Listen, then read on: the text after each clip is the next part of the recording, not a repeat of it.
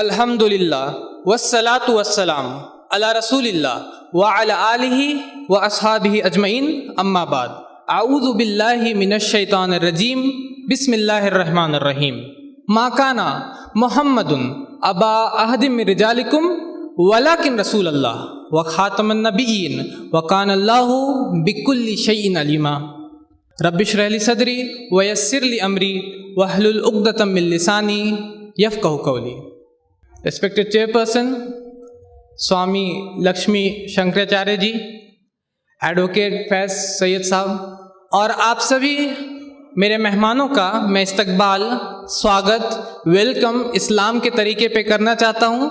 अस्सलामु अलैकुम व रहमतुल्लाहि व बरकातुहू,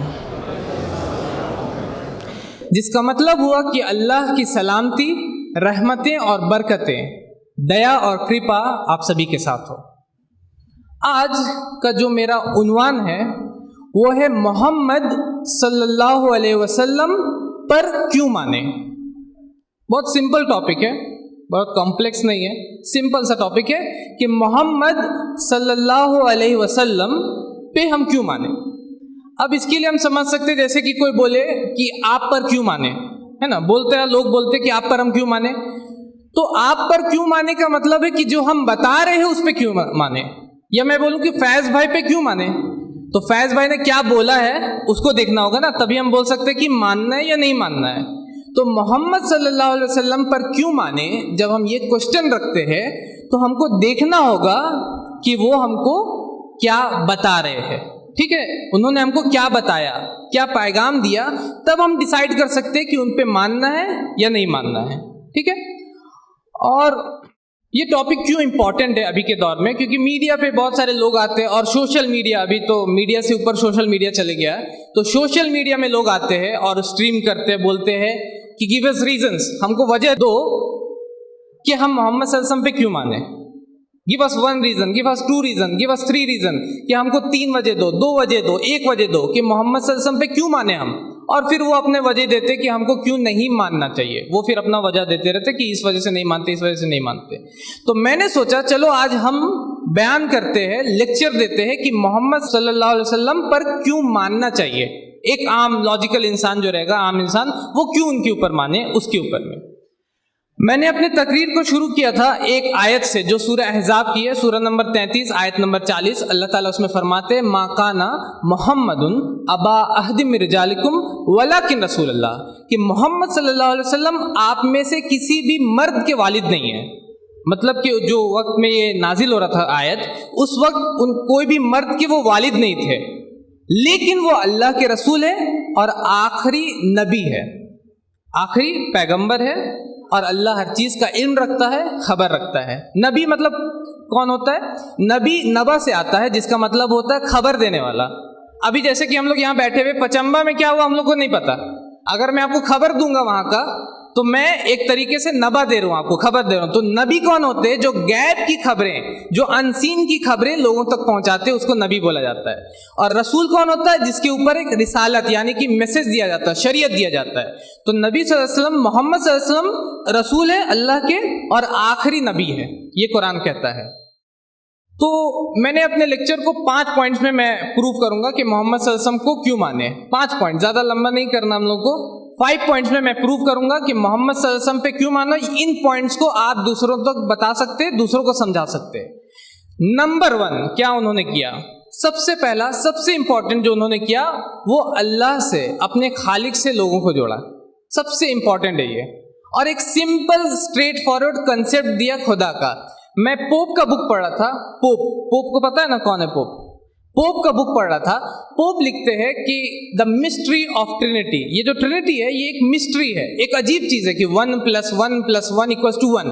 ये कैसे हो रहा है कि 1 + 1 + 1, ये 1 3 होना चाहिए, 1 कैसे हो रहा है?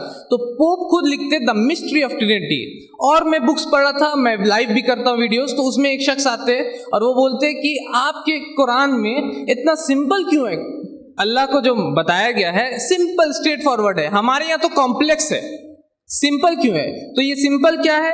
अल्लाह के बारे में क्या बताया मोहम्मद सल्लल्लाहु अलैहि वसल्लम ने कुरान में? कुरान के जरिए अल्लाह ताला ने उनके जरिए हम लोगों को क्या बताया?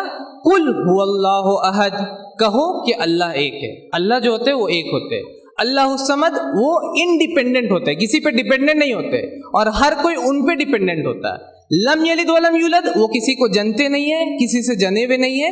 वलम यकुल लहू कुफुवन अहद, और उनके जैसी कोई भी चीज नहीं होती।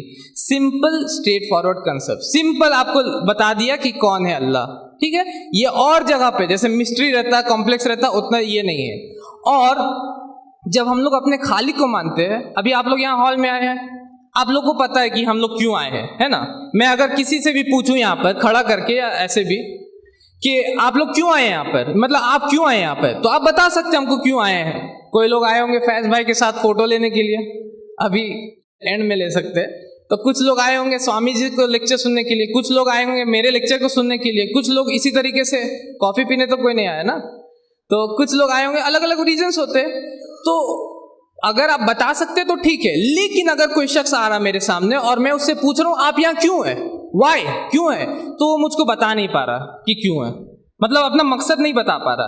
तो दो ही चीजें हो सकती है, या तो वो मुझसे झूठ बोल रहा है, वो मुझको बताना नहीं चाहता कि क्यों है, और या तो हम लोगों को उसको कहाँ भेजना होगा, रांची।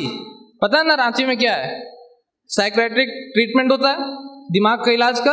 तो या तो वो हमसे झूठ बोल रहा है, या तो वो पागल हो चुका है, क्योंकि उसको पता नहीं वो क्यों है। पागल कौन होता है, जो रास्ते में चलते रहते उसको पता नहीं कहाँ जा रहे, सिर्फ जा रहा है। तो जिंदगी में अगर आपका मकसद नहीं है, आप सोचिए हम लोग एक हॉल में अगर है तो हमको पता है कि हम क्यों हैं, क्या इस दुनिया में रहने के लिए कोई मकसद नहीं चाहिए। ये मकसद मोहम्मद सल्लल्लाहु अलैहि वसल्लम आपको बताते हैं कुरान में कि आपकी जिंदगी का मकसद क्या है, और इसलिए हमको उन पे मानना चाहिए। और जब हम ये मकसद जानते हैं तो हम अप्रिशिएट कर सकते हैं, अपने खालिक को पहचान सकते हैं जिन्होंने हमें सारी नेमतें दिया। अल्लाह ताला ने अगर एक छोटा सा मान के चलिए कि अभी मैं आपके पॉकेट से निकालूं 500 का नोट और आपको दे दूं, दे नहीं रहा हूं अभी, मतलब बोल रहा हूं कि अगर 500 का नोट निकालूं और आपको दे दूं तो आप मुझको याद रखें कि क्या बात है, शदाब भाई ने, आपको कुछ याद नहीं रहेगा 5 साल बाद, कुछ याद नहीं रहेगा कि लेक्चर में क्या हुआ था, फैज भाई ने क्या बोला था, स्वामी जी ने क्या बोला था। आपको ये याद रहेगा कि शदाब भाई ने मुझे 500 का नोट दिया था, है ना, क्योंकि मैंने कुछ दिया आपको। अल्लाह ताला ने आपको इतनी सारी नेमतें दी। आपका आंख 576 प्लस मेगापिक्सल है। ये जो छोटा सा फोन ये है ना, इससे कितना मेगापिक्सल है, हाँ 50, 60, 120। आईफोन लेके आएंगे, वो आपको कितना पे करते हैं उसके लिए, आईफोन के लिए 1,20,000।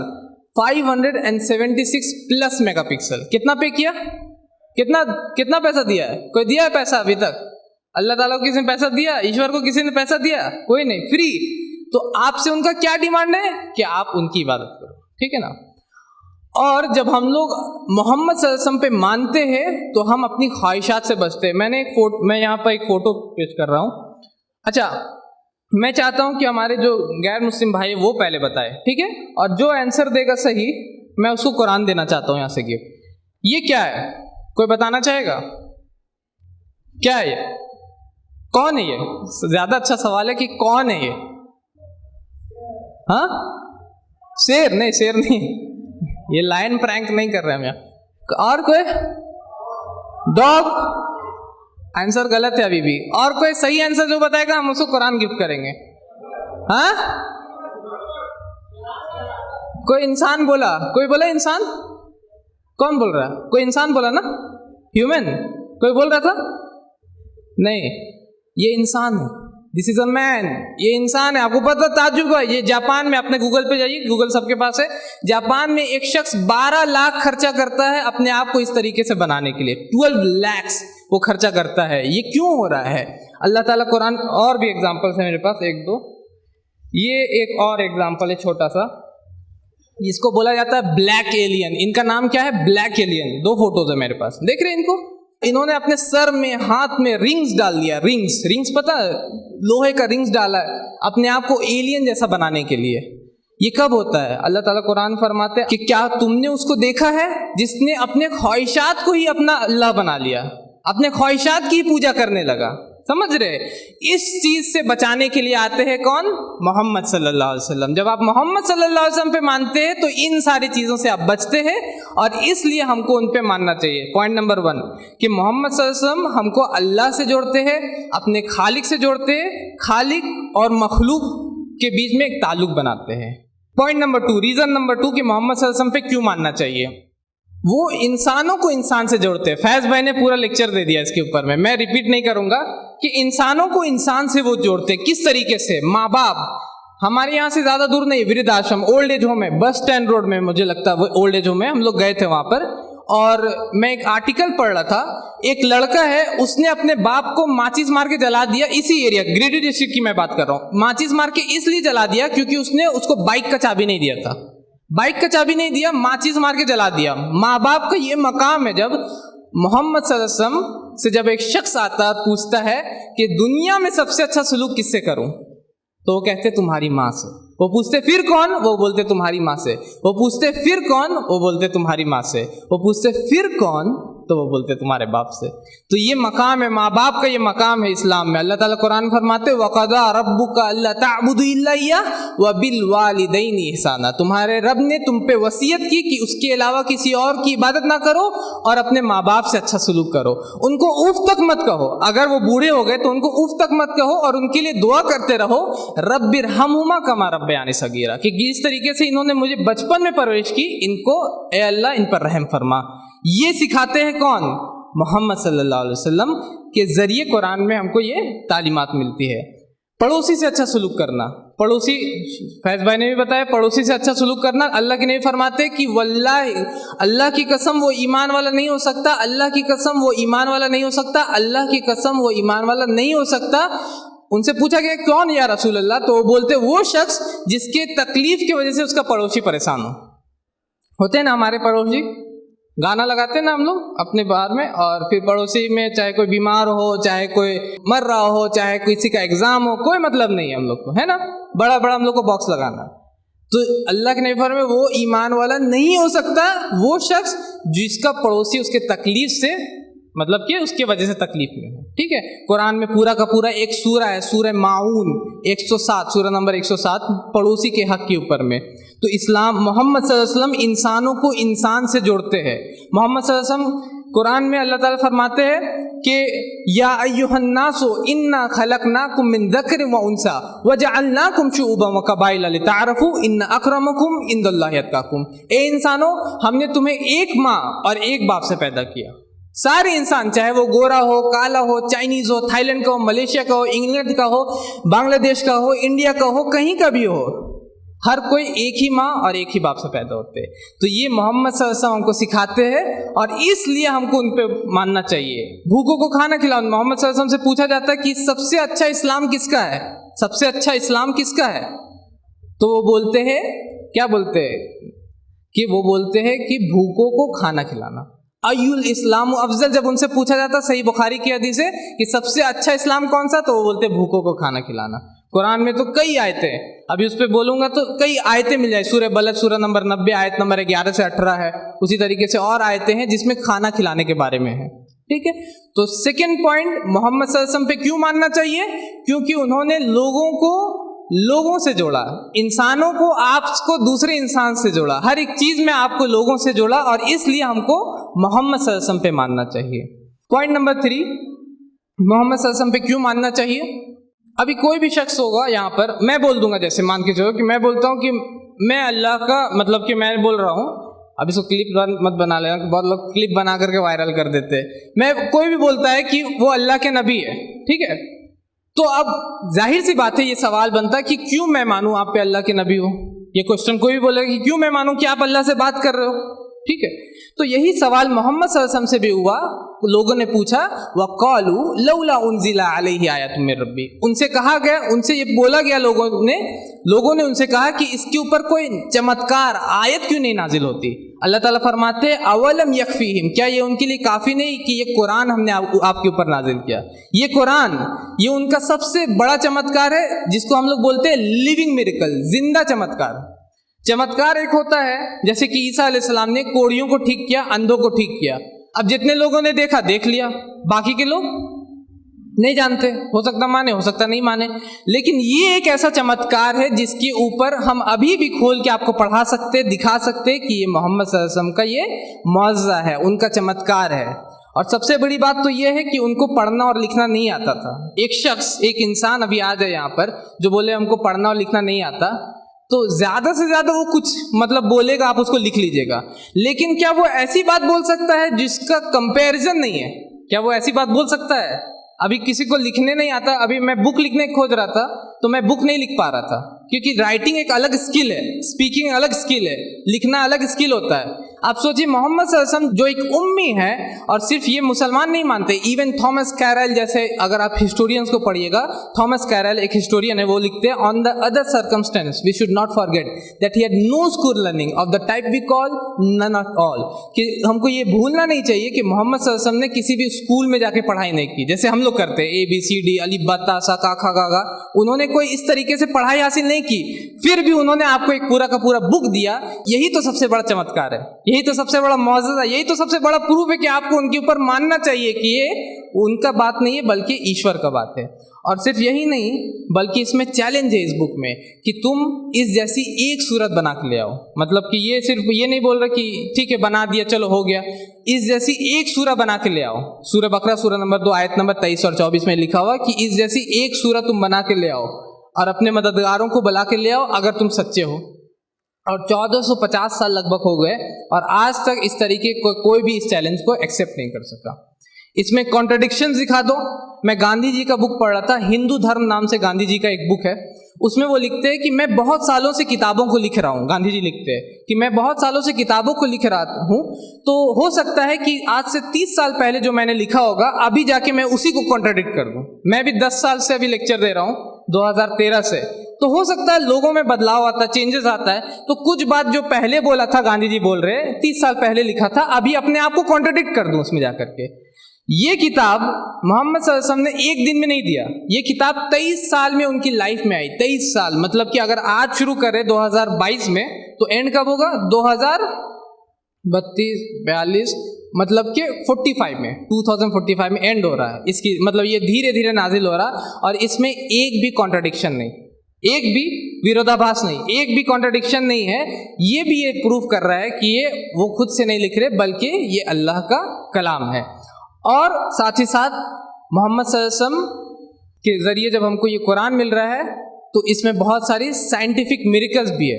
ये नहीं कि ये सिर्फ किताब, आज का दौर साइंस और टेक्नोलॉजी का है कि नहीं, नासा का दौर है। और अभी मून पे एक भेजा गया ना, अभी अनमैन्ड मिशन भेजा गया, पता नहीं आप लोग कितने लोग जानते हैं कि अभी चांद पे एक भेजा गया सैटेलाइट नासा के जरिए। तो साइंस और टेक्नोलॉजी का दौर है, तो क्या ये किताब उसके बारे में भी बोलता है? क्या कुरान उसके बारे में बात करता है? तो हाँ, अगर आप कुरान पढ़िएगा तो इसमें बिग बैंग थ्योरी के बारे में मेंशन है। बिग बैंग थ्योरी क्या है? साइंस हमको बताता है कि पूरा का पूरी यूनिवर्स एक था और एक बिग बैंग हुआ और पूरे के पूरी दुनिया बन गई, ठीक है, और अभी भी एक्सपैंड कर रहा वो। अब ये भी एक प्रूफ है इस बात के लिए कि आपका कोई खालिक है। अभी मैं बोलूं बाहर में एक धमाका हुआ और आपके लिए कॉफी आ जाएगा, तो क्या होता है ऐसा? बाहर में बिग बैंग हुआ और आपके लिए कॉफी आ गया उसके वजह से, क्या कभी ऐसा किचन में धमाका हुआ और कॉफी बन जाएगा? ऐसा होता है? जाहिर सी बात है, धमाके से कोई चीज़ नहीं बन सकता। इसलिए बिग बैंग भी एक दलील है इस बात की कि आपका बनाने वाला आपके क्रिएटर है। तो बिग बैंग थ्योरी के बारे में मेंशन है कुरान में, सूरह अंबिया सूरह नंबर 21 आयत नंबर 30 में। उसी तरीके से कुरान में अल्लाह ताला फरमाते हैं, अवलम यरल लजीना कफरू अन्ना समावाति वल अर्दा कानत रतकन फफतकनमा। क्या वो लोग जो इनकार करते हैं, क्या वो लोग जो मोहम्मद सल्लल्लाहु अलैहि वसल्लम को नहीं मानते, वो नहीं देखते कि जमीन और आसमान एक थे और हमने उसको अलग अलग किया? बिग बैंग थ्योरी एक नटशल में, वजअलना मिनल माई कुल्ला शैइन है, और हमने पानी से हर जिंदा चीज को पैदा किया। अरब के रेगिस्तान में कोई ये बोल रहा है, अरब के रेगिस्तान में बैठ के पानी मिलता? कभी रेगिस्तान में आपको पानी की किल्लत होती है, वहां पर ये आयत नाजिल हो रही है कि हमने पानी से हर जिंदा चीज को बनाया। आज जब हम लोग बायोलॉजी पढ़ते हैं तो हमको पता रहता है कि लिविंग सेल के अंदर में साइटोप्लाज्म होता है, प्रोटोप्लाज्म होता है, जिसमें 70% पानी होता है। 70% उसका कॉन्स्टिट्यूएंट क्या रहता है? पानी रहता है। और कुरान में अल्लाह ताला 1400 साल पहले बता रहे कि वजअलना मिनल माई कुल्ला शैइन है, हमने पानी से हर जिंदा चीज को पैदा किया। ओशियनोलॉजी के बारे में, ओशन साइकिल के बारे में इसमें मेंशन है। एक्सपैंडिंग यूनिवर्स के बारे में, एक्सपैंडिंग यूनिवर्स, अर्थ और चांद की रोशनी और सूरज की रोशनी अलग अलग है, उसके बारे में इसमें मेंशन है। पहले हम लोग क्या मानते थे कि सूरज की रोशनी अपनी, चांद की रोशनी अपनी है। अभी हम लोग साइंस में पढ़े कि क्या सूरज की रोशनी तो अपनी है लेकिन चांद की रोशनी रिफ्लेक्टेड लाइट है। कुरान में शम्स को सिराज बोला गया, वहाज बोला गया, जिया बोला गया, मतलब सूरज को चिराग, चमकता हुआ चिराग बोला गया। और जहां भी कमर यानी कि चांद की बात आए तो नूर और मुनीर बोला गया। कहीं भी कुरान में शम्स को यानी कि सूरज को नूर या मुनीर नहीं बोला गया, कहीं भी कुरान में चांद को सिराज या वहाज या जिया नहीं बोला गया। ये बता रहा है कि दोनों के लाइट अलग अलग है, जो कि आज की साइंस हमको बताती है। उसी तरीके से एम्ब्रियोलॉजी, माँ के पेट में बच्चा कैसे होता है, डॉक्टर कीथ एल्मोर वो हेड ऑफ डिपार्टमेंट है एम्ब्रियोलॉजी के, उनको ले जाकर के कुछ लोगों ने कुरान की आयतें दिया एम्ब्रियोलॉजी के ऊपर में। तो उन्होंने एक आयत पढ़ी जो कुरान की शुरू की आयत है। क्या कोई मुझको गेस करके बताएगा कि कुरान की सबसे पहली वही कौन है? यहाँ कुरान, हाँ, मैं उसको कुरान गिफ्ट करना चाहूँ। कोई मुसलमान बताना चाहेगा कुरान की सबसे पहली वही कौन सी है? इनडिसिप्लिन मैं बोल रहा था हाथ ऊपर कर, अब मैं सबको कैसे दूं? तो ये होता है, पहले आप हाथ उठाएंगे उसके बाद आंसर देंगे। चलिए अभी क्वेश्चन बाकी है। तो इक़रा बिस्मि रब्बिकल लज़ी खलक़ खलक़ल इंसान मिन अलक़, पढ़ो अपने रब का नाम लेके जिसने पैदा किया, और जिसने इंसान को किससे पैदा किया? अलग से पैदा किया। अलग का एक मतलब होता है खून का लोथड़ा, एक मतलब होता है जोंक। डॉक्टर कीथ एल्मोर ने जाके रिसर्च किया कि जोंक के जैसा क्या एम्ब्रियो माँ के पेट में जो इनिशियल स्टेज में बच्चा रहता है, एकदम शुरुआत में जब बच्चा रहता है, तो क्या वो जोंक के जैसा दिखता है? जब उन्होंने रिसर्च किया तो ये एक छोटा सा फोटो है उसका, ये ऊपर में आपका है, ये माँ के पेट में बच्चा का ये फोटो है इनिशियल स्टेज में। ये आंख से नहीं देख सकते, ऐसा नहीं कि कोई आंख से देख सकता, ये माइक्रोस्कोप से आपको दिखेगा। और ये क्या है? जोंक है। इस चीज को, ये फोटो भी डॉक्टर कीथ एल्मोर की बुक से मैं ला रहा हूं। उन्होंने अपने बुक जब लिखा डेवलपिंग ह्यूमन का नया एडिशन लिखा, तो उसमें उन्होंने इस चीज को लाया कि माँ के पेट में बच्चा जो होता है वो जोंक के जैसा होता है। तो ये चीज मोहम्मद सल्लल्लाहु अलैहि वसल्लम किस तरीके से बता रहे हैं आज से 1400 साल पहले। कुछ लोग बोलेंगे कि देख लिया होगा, आंख से नहीं देखा जा सकता, माइक्रोस्कोप चाहिए होगा। अब कुछ लोग बोलेंगे माइक्रोस्कोप बना लिया होगा उसके बाद छिपा दिया, ये एक हो सकता है ना, माइक्रोस्कोप बना के देखा और लिख दिया और उसके बाद उसको छिपा दिया। क्या ये कोई मानेगा इस बात को? ये वैलिड नहीं है जब तक कि हम ये ना मान ले कि ये जो किताब है ये अल्लाह के तरफ से उनको नाजिल हो रहा है। और जब ये सारी बातें हम लोग जानेंगे तो हम लोग को मोहम्मद सल्लल्लाहु अलैहि वसल्लम के ऊपर में मानना चाहिए। ये मेरा पॉइंट नंबर 3 था, ठीक है। पॉइंट नंबर 4 क्या है? मोहम्मद सल्लल्लाहु अलैहि वसल्लम को मानने के लिए उनका मेंशन, उनका जिक्र जो है और भी धर्म की किताबों में और भी मजहब की किताबों में मिलता है। ये पॉइंट नंबर 4 है मेरा। कुरान में अल्लाह ताला फरमाते सूरह आराफ सूरह नंबर 7 आयत नंबर 157 में, अल्लज़ीना यत्तबिऊन रसूलन नबिय्यल उम्मिय्यल लज़ी यजिदूनहु मक्तूबन इंदहुम फित तौरात वल इंजील, कि वो जो नबी उम्मी को फॉलो करते हैं जिसको लिखा पाते कहाँ पे? तौरात और इंजील में। अब तौरात और इंजील अपने असल शक्ल में तो नहीं है,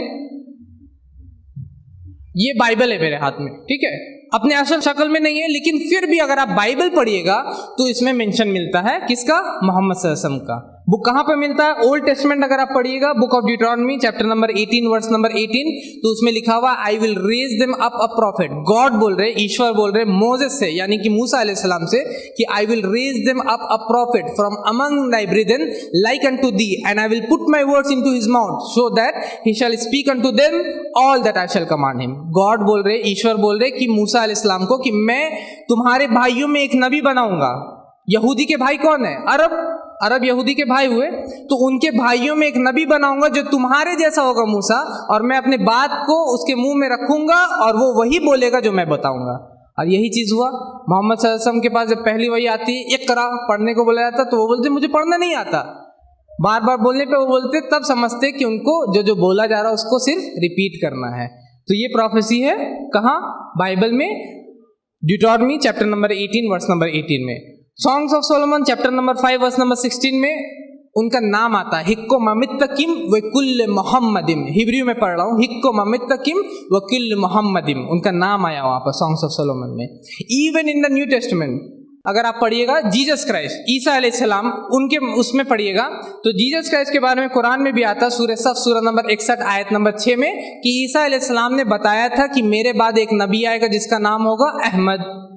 अगर आप बाइबल पढ़िएगा, gospel of John chapter 14 verse number 26, gospel of John chapter number 15 verse number 26 और gospel of John chapter number 16 verse number 7, gospel of John chapter number 16 verse number 12, 13, 14, इन सारे जगहों पर मोहम्मद सल्लल्लाहु अलैहि वसल्लम के बारे में प्रोफेसाइज कर रहे हैं जीसस क्राइस्ट। वो कहते हैं nevertheless I tell you the truth, it is expedient that I go away, for if I not go the comforter will not come. कि ये मैं तुमको बता रहा हूँ, जीसस क्राइस्ट बोल रहे हैं अपने शागिर्दों से बाइबल में कि मैं ये बता रहा हूँ कि मैं जाने वाला हूँ, लेकिन ये अच्छा होगा कि मैं चला जाऊं, क्योंकि वो मैं गया नहीं तो वो आएगा नहीं, और जब मैं जाऊंगा तो वो आएगा। कौन आएगा? उसके बारे में फिर जीसस क्राइस्ट बोलते हैं I have yet many things to say unto you but ye cannot bear them now, howbeit when he the spirit of truth will come he will guide you unto all truth। कि मुझे अभी बहुत सारी बातें तुमको बतानी है, लेकिन अभी तुम सुन नहीं पाओगे, लेकिन जब वो आएगा, सच्चाई का आत्मा आएगा, तो तुमको सारी सच्ची बातें बताएगा। तो ये चीज जीसस क्राइस्ट बोल रहे कि एक आने वाला शख्स, सच बोलने वाला, जिसको हम अल अमीन और अस-सादिकुल अमीन बोलते हैं, वो आने वाला जो तुमको सारी सच्ची बातें बताएगा। तो मोहम्मद सल्लल्लाहु अलैहि वसल्लम पे मानने का एक और वजह ये कि हम लोग उनका मेंशन, उनका जिक्र और भी किताबों में आता है। और ये तो हो गया क्रिश्चियनिटी। इवन अगर आप हिंदुइज्म पढ़िएगा, ये मेरे हाथ में भविष्य पुराण है, ये भविष्य पुराण, भविष्य महापुराण हम ये लिखा, भविष्य पुराण भी इसको बोलते शॉर्ट में। इसमें अगर आप पढ़िएगा भविष्य पुराण पर्व 3 खंड 3 अध्याय 3 श्लोका नंबर 5 से 8, तो उसमें लिखा हुआ कि एक बाहरी धर्मगुरु आएंगे जिसका नाम क्या होगा? मोहम्मद उनका नाम होगा, मोहम्मद सल्लल्लाहु अलैहि वसल्लम हम लोग बोलते हैं। ये हो गया भविष्य पुराण। इवन इन द वेदास, अगर आप वेद भी पढ़िएगा तो उसमें आता है मेंशन नराशंस का। नर बोलते हैं इंसान को, मर्द को आशंसित बोलते हैं जिसकी प्रशंसा हो, एक ऐसा शख्स जिसकी तारीफ हो, एक ऐसा इंसान जिसकी हम्द हो। अरबी में बोलते हैं मोहम्मद सल्लल्लाहु अलैहि वसल्लम। और ये नराशंस ऋग्वेद में कई जगह पे आया है। वेदास में Rigveda book number 1 hymn number 13 verse number 3 में, Rigveda book number 1 hymn number 18 verse number 9 में, Rigveda book number 1 hymn number 106 verse number 4 में, Rigveda book number 1 hymn number 142 verse number 3 में, Rigveda book number 2 hymn number 3 verse number 2 में, Rigveda book number 5 hymn number 5 verse number 2 में, Rigveda book number 7 hymn number 2 verse number 2 में, Rigveda book number 10 hymn number 64 verse number 3 में, Rigveda book number 10 verse number 2 में, Yajurveda chapter number 20 verse number 37, Yajurveda chapter number 20 verse number 47, Yajurveda chapter 21 verse number 31, Yajurveda chapter 21 verse number 55, Yajurveda chapter 28 verse number 2, Yajurveda chapter 28 verse number 19, Yajurveda chapter number 28 और सामवेद मंत्रा number 1319 और अथर्ववेद भी है book number 20 him number 127। ये सारे references सिर्फ और सिर्फ नराशंस के, ये सारे जो मैंने रेफरेंस, अब मैं एक एक पे बात कर सकता हूँ, ऐसा नहीं कि सिर्फ रेफरेंस देके, लेकिन टाइम नहीं है उतना, तो हम लोग इस पे पूरा बात कर सकते हैं कि Rigveda book number 1 hymn number 13 verse number 3 में लिखा हुआ कि नराशंस जो होंगे वो मधु जीव होंगे, मतलब बहुत अच्छा बोलने वाले होंगे। और मोहम्मद सल्लल्लाहु अलैहि वसल्लम भी जो थे वो बहुत ही अच्छा बोलते थे। सूरह आल इमरान सूरह नंबर 3 आयत नंबर 159 में एक एक पे बात कर सकते हैं, अभी उतना टाइम नहीं है। जिनको जानना है, ये बुक है मेरे पास में, मोहम्मद सल्लल्लाहु अलैहि वसल्लम इन हिंदू स्क्रिप्चर्स, वेद प्रकाश उपाध्याय जी की ये बुक अवेलेबल है बाहर स्टॉल में भी, तो जिनको जानना है वो डिटेल में पढ़ सकते हैं इसको, ठीक है। तो पॉइंट नंबर 4, मोहम्मद सल्लल्लाहु अलैहि वसल्लम पे क्यों माने? क्योंकि उनका मेंशन, उनका जिक्र आता है और भी मजहब की किताबों में। पॉइंट नंबर 5 जो मेरा लास्ट पॉइंट है, मोहम्मद सल्लल्लाहु अलैहि वसल्लम पे क्यों माने? क्योंकि उन्होंने इंसानियत के प्रॉब्लम्स का हल किया। अल्लाह ताला कुरान में फरमाते सूरह आराफ सूरह नंबर 7 आयत नंबर 157 में कि वयदउ अन्हुम इसरहुम व अगलाल लती कानत अलैहिम। ये मोहम्मद सल्लल्लाहु अलैहि वसल्लम क्या करते हैं? जो लोगों के ऊपर में एक तौक है ना, बर्डन लोगों के गर्दन के अंदर में, उसको हटाते हैं। और इसको हम लोग कैसे समझ सकते हैं? एक छोटा सा एग्जाम्पल ये है, एक बूढ़े शख्स थे, एक बूढ़े शख्स वो आए थे मेरे सामने और वो बोल रहे थे कि क्या मेरे वालिद थे वो इंतकाल कर गए। तो वो परेशान थे। मैंने बोला हाँ, मैं मतलब बोल रहा था कि अच्छा कि आप बहुत परेशान हैं। तो वो बोले कि ये परेशानी की बात नहीं है, परेशानी की बात ये है कि मुझे कर्जा लेकर के खाना खिलाना पड़ा लोगों को। अभी मुझे कर्जा लेके मुझे खाना खिलाना पड़ा और वो एक रिक्शा वाले थे। सोचिए, तो ये जो तौक हमने दहेज, एक बर्डन अपने ऊपर में डाल के रखा है, एक तौक बना के रखा, दहेज सिस्टम चल रहा है और लोग ले रहे हैं और इसके वजह से जो ये होते हैं परेशान होते हैं। तो ये जो प्रॉब्लम है इसको मोहम्मद सल्लल्लाहु अलैहि वसल्लम ये सॉल्व करते हैं, ठीक है। मोहम्मद सल्लल्लाहु अलैहि वसल्लम दुनिया की जो प्रॉब्लम्स है, आतंकवाद हो गया, इसके फैज़ भाई ने बताया इसके ऊपर में कि अगर किसी इंसान ने एक बेगुनाह को मारा तो वो इस तरह है कि उसने सारी इंसानियत को मार डाला। अगर एक बेगुनाह की जान को बचाई तो वो इस तरह कि उसने सारी इंसानियत को बचा लिया। ड्रग का प्रॉब्लम है, अल्कोहल का प्रॉब्लम है। अल्कोहल, शराब के वजह से कितने लोग मरते हैं? 20 लोग अगर मर रहे दुनिया में तो एक अल्कोहल की वजह से मरता है। अमेरिका में 5 लोग अगर मरते तो एक शराब की वजह से मर रहा है। अभी मैं वीडियो देख रहा था, एक अमेरिका में एक इंसान गया हुआ था, वो बोल रहा है न्यूयॉर्क के स्ट्रीट्स में, न्यूयॉर्क में जब मैं चल रहा हूँ, न्यूयॉर्क बहुत अच्छा लगता है सुनने में, तो न्यूयॉर्क में जब मैं चल रहा हूँ तो मुझे एक अजीब सी महक आ रही है, और ये महक के बारे में सब मेंशन करते हैं, ये क्या चीज़ की महक है? तो वो बोलते हैं ये वीड है, वीड, गांजा। गांजा सुना ना, वीड, इंग्लिश में वीड बोलते हैं। ये गांजा के महक है क्योंकि वहाँ फ्री है सब, गांजा फ्री, वीड फ्री है, तो लोग इतना पी रहे कि वहाँ स्ट्रीट्स महक रहे। इसकी वजह से ड्रग्स, इसकी वजह से कितनी जाने जाती है। मोहम्मद सल्लल्लाहु अलैहि वसल्लम हमको बताते हैं, उनके ज़रिए कुरान में अल्लाह ताला बताते हैं, सूरह माइदा सूरह नंबर 5 आयत नंबर 90 में, या अय्युहल्लज़ीना आमनू, ए ईमान वाले लोगो, इन्नमल खमरू वल मैसिरू वल अंसाबू वल अज़लामू रिज्सुम मिन अमलिश शैतान फज्तनिबूहु लअल्लकुम तुफ्लिहून, के ए ईमान वाले लोगो, बेशक शराब पीना, जुआ खेलना और अंसाब और अज़लाम ये शैतानी काम है, इनसे बचो ताकि तुम कामयाबी हासिल कर पाओ। यूएस ने शराब को बैन किया, यूएस ने शराब को बैन किया, और उसके बाद बिहार में भी शराब बैंड है। हम लोग जानते हैं बिहार में भी शराब बैंड है, लेकिन उसके बावजूद बिहार में पटना हाईकोर्ट बोलता है कि बिहार में शराबबंदी सक्सेसफुल नहीं है। पटना हाईकोर्ट का ये डिसीजन आता है कि बिहार में शराबबंदी जो किया गया वो इफेक्टिव नहीं है, उसकी वजह से जाने जा रही हैं। और उसके बाद यूएस ने भी जो बैन किया था शराब को, तो उसके वजह से यूएस में भी जाने जा रही थी, तो लास्ट में उसको हटाना पड़ा। यहाँ पर मोहम्मद सल्लल्लाहु अलैहि वसल्लम के जरिए एक लाइन आता है, wine barrels were emptied in Medina, कि शराब के घड़े जो थे मदीना में बहा दिए गए, नेवर टू बी रिफिल्ड, आज तक वो नहीं भरे, मतलब आज तक उनको फिर से भरा नहीं गया। आप सोच सकते हैं, एक लाइन, सिर्फ एक लाइन, और इंसानियत का जो प्रॉब्लम है उसको उन्होंने सॉल्व कर दिया। एनवायरनमेंट के ऊपर में और सारा वो तो फैज़ भाई ने बताया ही। तो इसके साथ ही मैं ये जो मेरा 5 पॉइंट्स है इसको मैं एंड करना चाहूँगा, और मैं उसको रिपीट करना चाहूँगा कि नंबर 1 पॉइंट क्या है कि मोहम्मद सल्लल्लाहु अलैहि वसल्लम पे क्यों माने, क्योंकि उन्होंने अल्लाह से लोगों को जोड़ा। नंबर 2 पॉइंट क्या है कि मोहम्मद सल्लल्लाहु अलैहि वसल्लम पे क्यों माने, क्योंकि लोगों को लोगों से जोड़ा। नंबर 3 पॉइंट क्यों माने, क्योंकि कुरान उनके जरिए हमको मिला जो कि एक मौजज़ा है। नंबर 4 पॉइंट उनका मेंशन है और भी स्क्रिप्चर्स में। नंबर 5 पॉइंट जो मोहम्मद सल्लल्लाहु अलैहि वसल्लम पे क्यों माने, क्योंकि उन्होंने इंसानियत के प्रॉब्लम्स का हल किया। अब आखिर में बहुत सारे लोग हैं जो मोहम्मद सल्लल्लाहु अलैहि वसल्लम के बारे में पढ़ते हैं, मानना नहीं मानना ये तो एक अलग चीज़ है, लेकिन फिर भी ये एक बुक है मेरे पास, कैरन आर्मस्ट्रांग का ये बुक है। बहुत सारे लोगों ने मोहम्मद सल्लल्लाहु अलैहि वसल्लम पे बुक्स लिखा। एक माइकल एच हार्ट ने भी बुक लिखा, माइकल एच हार्ट का नाम सुना होगा, उसने लिखा the 100 most influential man in history. 100 लोग सबसे ज़्यादा जो असरदार रहे हिस्ट्री में, उनका नाम लिखा उन्होंने। नंबर 1, इवन वो क्रिश्चियन है, अपने क्रिश्चियन है वो, उन्होंने नंबर 1 दिया किसको? मोहम्मद सल्लल्लाहु अलैहि वसल्लम को दिया। और नंबर 3 दिया जीसस क्राइस्ट को। और उनका जो कस्टमर है वहाँ पर ज्यूज बहुत है अमेरिका में, मूसा अलैहिस्सलाम को दिया नंबर 40। अपने कस्टमर को कोई कभी नाराज करता है, लेकिन फिर भी मूसा अलैहिस्सलाम को 40 नंबर दिया।